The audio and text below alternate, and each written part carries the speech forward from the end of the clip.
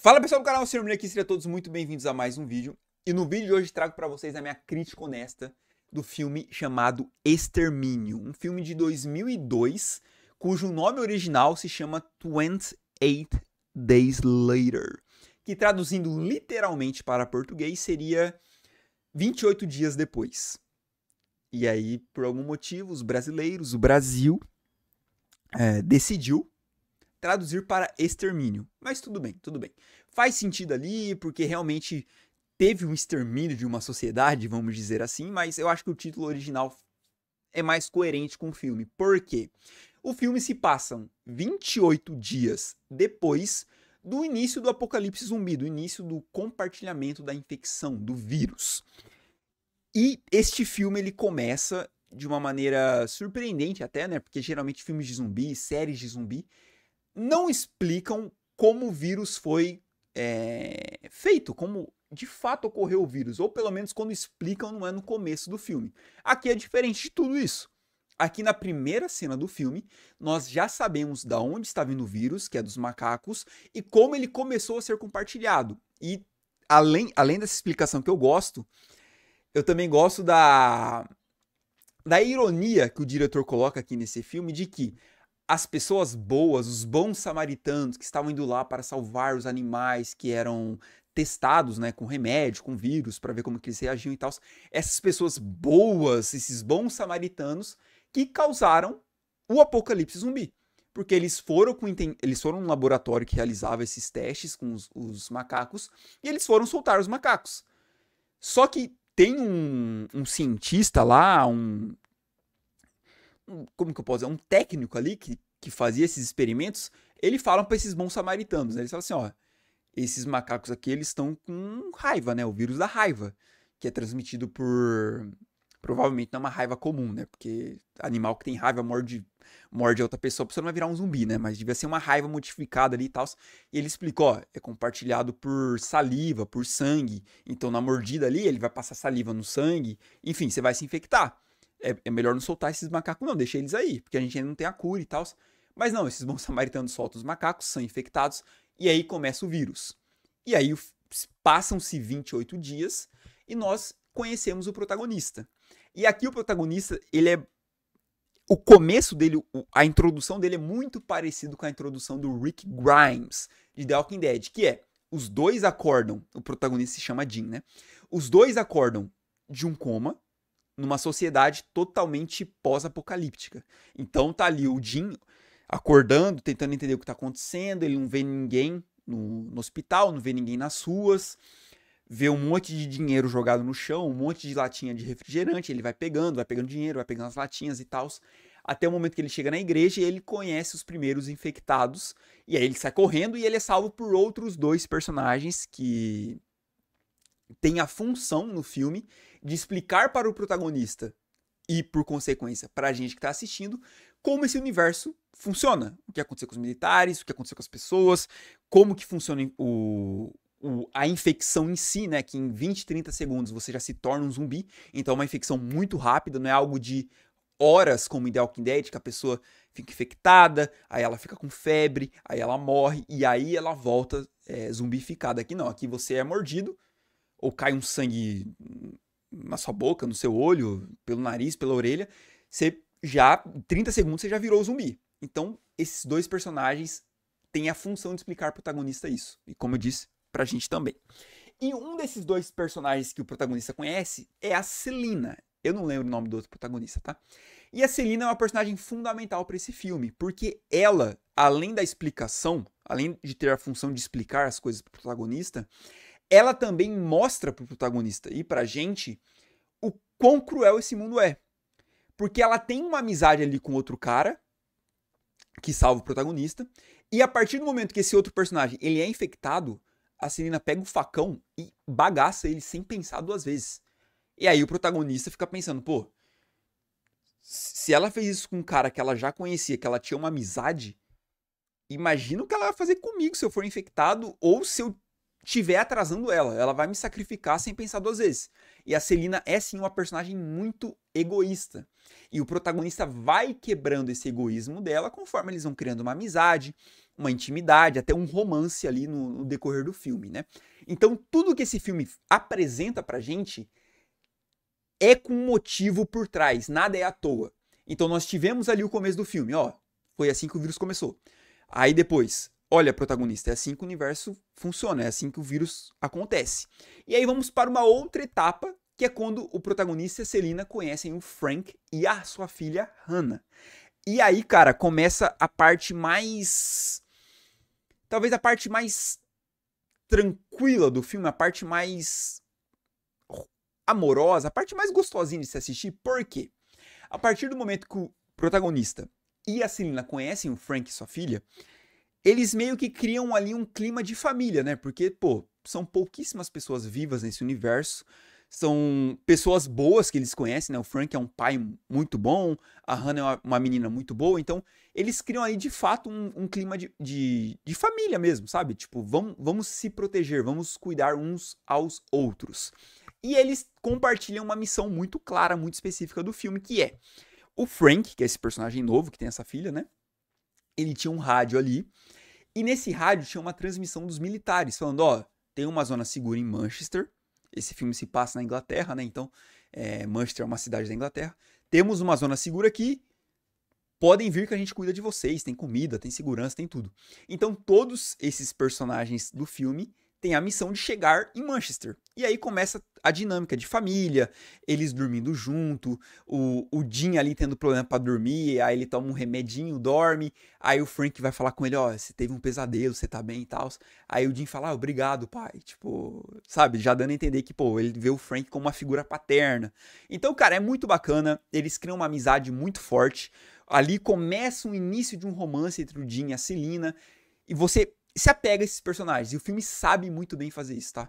O filme sabe te deixar tenso no começo e no final dele, introduzindo várias trilhas sonoras, várias músicas que começam baixinho e vai aumentando o tom, vai aumentando, vai aumentando. Às vezes a cena nem é de tensão, mas só de ter aquela música tensa aumentando o volume a cada segundo, você fica, sabe, caraca, você fica tenso, tenso, tenso, tenso. E quando tem essa viagem pra Manchester, você relaxa, você fala, pô, beleza, vamos torcer pra nenhum desses personagens morrer, vamos torcer pra eles chegarem em Manchester, terem militares, terem pessoas boas pra cuidar deles lá, você torce pelo protagonista, você torce pelos personagens principais do filme, o que é muito bacana. É um filme muito bem feito, cara. E aí, os personagens finalmente chegam em Manchester, e, cara, já começa tenso, porque eles chegam em Manchester, a cidade tá pegando fogo, eles chegam numa zona militar que tem um monte de gente morta, tá tudo vazio, os protagonistas começam a ficar tensos, você fala assim, pô, mano, e a gente assistindo fala, putz, cara, pô, já aconteceu um monte de merda durante o filme, o amigo que o cara acabou de conhecer morre, eu nem falei pra vocês, mas o protagonista, o Jim, ele vai pra casa dele, encontra os pais dele mortos também, mas pelo menos uma morte tranquila, né, eles tomaram remédio pra não ser infectado e decidiram acabar com a própria vida deles, enfim, mas um monte de merda acontece no filme. Você fala, puta que pariu, velho. Quando os caras chegam na base militar, não tem ninguém. E aí o Frank, que era o que mais estava com esperança, né, de encontrar esses militares, fica muito decepcionado. Aí ele se infecta de uma maneira boba, mas realista, né, tipo... Ele tá puto, ele vê um corvo ali comendo um corpo humano lá em cima, nem lembro de onde que é. Aí ele fica puto, ele grita com o corvo. No que ele grita com o corvo sai voando e um pingo de sangue do humano infectado cai no olho dele.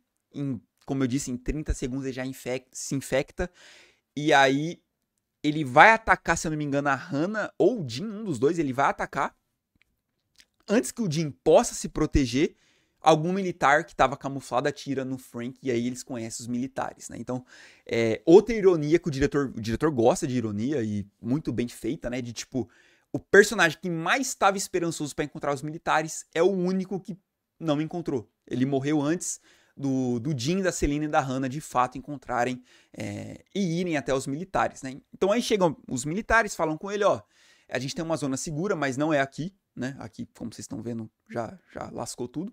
Eles levam a Selina, a Hannah e o Jim para um outro local, que é tipo uma mansão ali, um local mais protegido.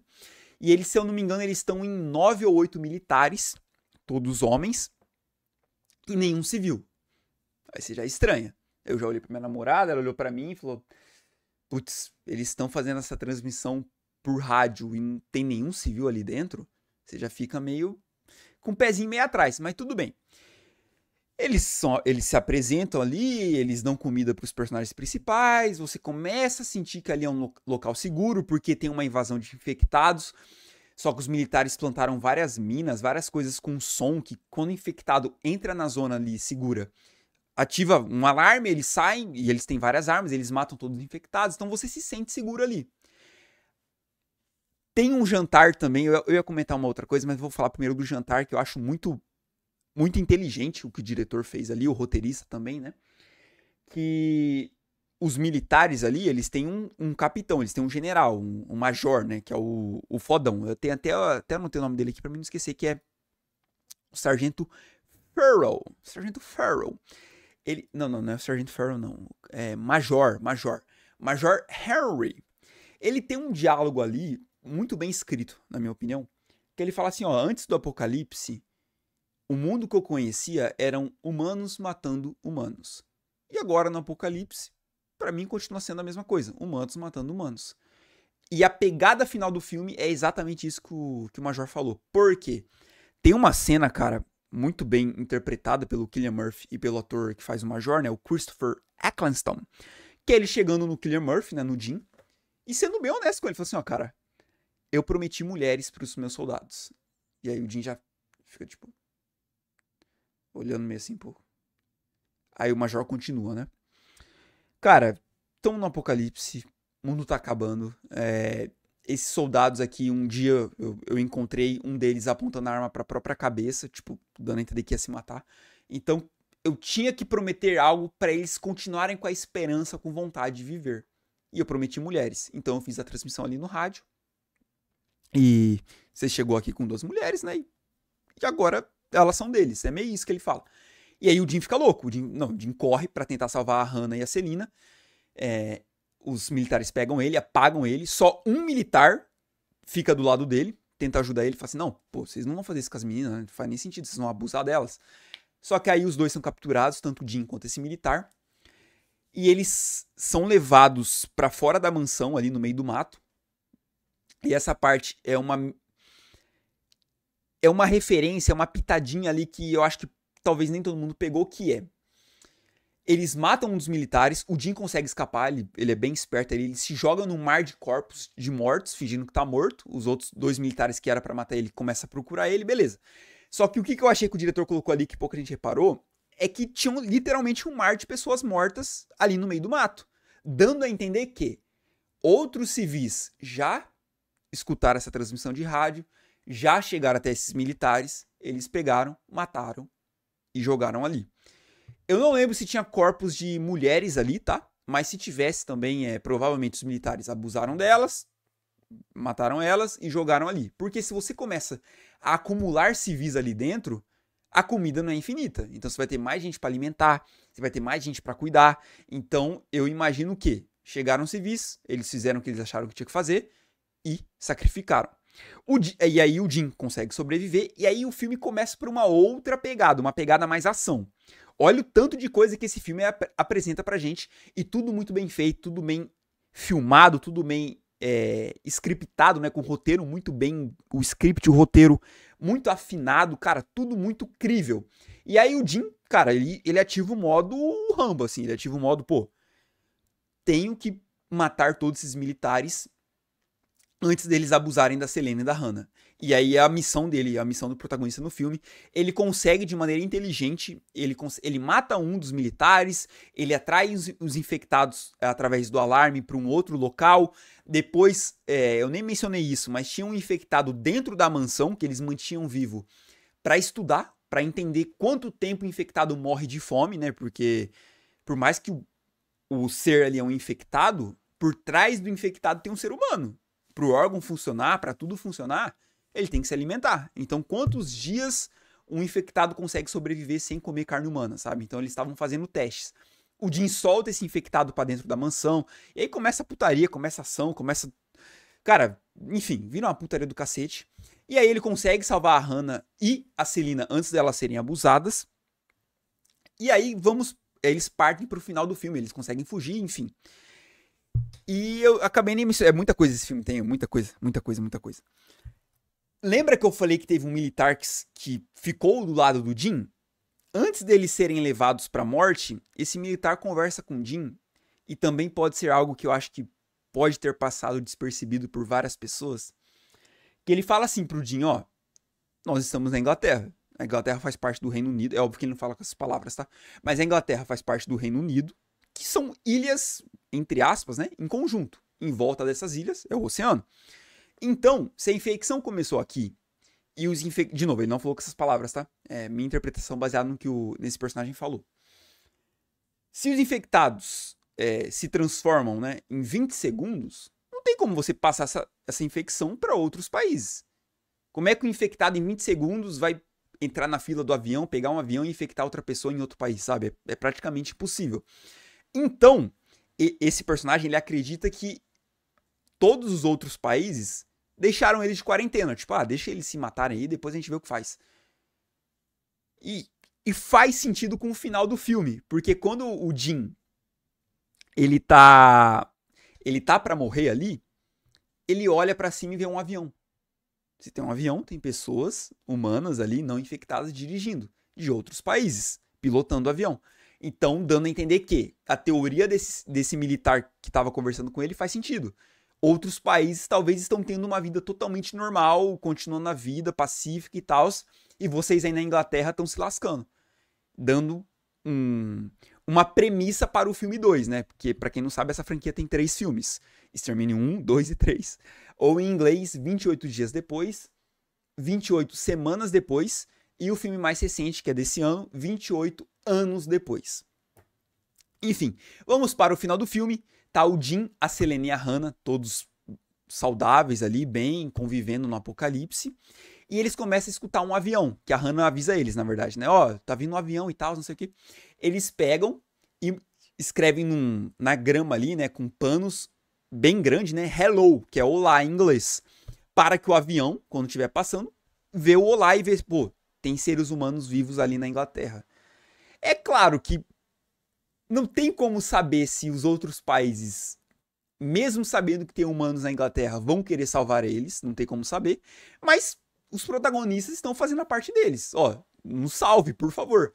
E aí o filme acaba. Você não sabe se a pessoa que tá no avião viu eles, ou se viu e cagou, ou se viu, voltou e salvou eles. É um final muito bem feito, cara. É um final que te deixa assim, putz, tenso, né? Será que eles vão sobreviver? O que será que aconteceu nesse universo? O que será que aconteceu com o Jim, com a Selene e com a Hannah? Então, é um filme muito bom, cara. É um filme muito bom e... Eu sei que tem pessoas com preconceito com filmes antigos, né? Um filme de 2002. A filmagem não tá em 4K, não tá com HDR, mas é um filme muito bem filmado, com um roteiro muito bem feito, muito bem atuado. É um filme muito, muito, muito, muito, muito bom, que me criou um hype pro filme 2. Que já tô falando com a minha namorada ali pra gente assistir e tal. Já tá tudo esquematizado pra assistir o filme 2 e eu trazer aqui minha crítica honesta. E, é claro, o filme 3 também, né, que tá nos cinemas. Eu vou ver se dá tempo de eu assistir o filme 2, comprar o ingresso e assistir o filme 3 no cinema. E sempre, claro, trazendo pra vocês a minha análise, né. Esse filme eu fiz bem diferente das minhas outras análises, que eu meio que contei muita coisa do filme, né? Por ser um filme antigo, acho que eu tenho essa liberdade, não fiquei tão preocupado com spoilers, mas eu não faço isso com todos os filmes, tá? Então, tipo, por exemplo, o Extermínio 3, se eu assistir no cinema, eu não vou contar com detalhes cada coisinha que aconteceu, né? Porque, pô, é recente e tal. Mas, enfim. Contei aqui minha opinião de Extermínio 1, um filme que eu gostei bastante. Deixem nos comentários o que vocês acharam desse filme, se vocês gostam, se vocês não gostam. E é claro, deem like no vídeo e se inscreva no canal, que isso me inspira a trazer ainda mais conteúdos para vocês. E vocês ficam por dentro de tudo que eu trazer também, né? Vocês não vão perder nada se vocês forem inscritos. É nóis, tamo junto e eu te encontro no próximo vídeo. Falou!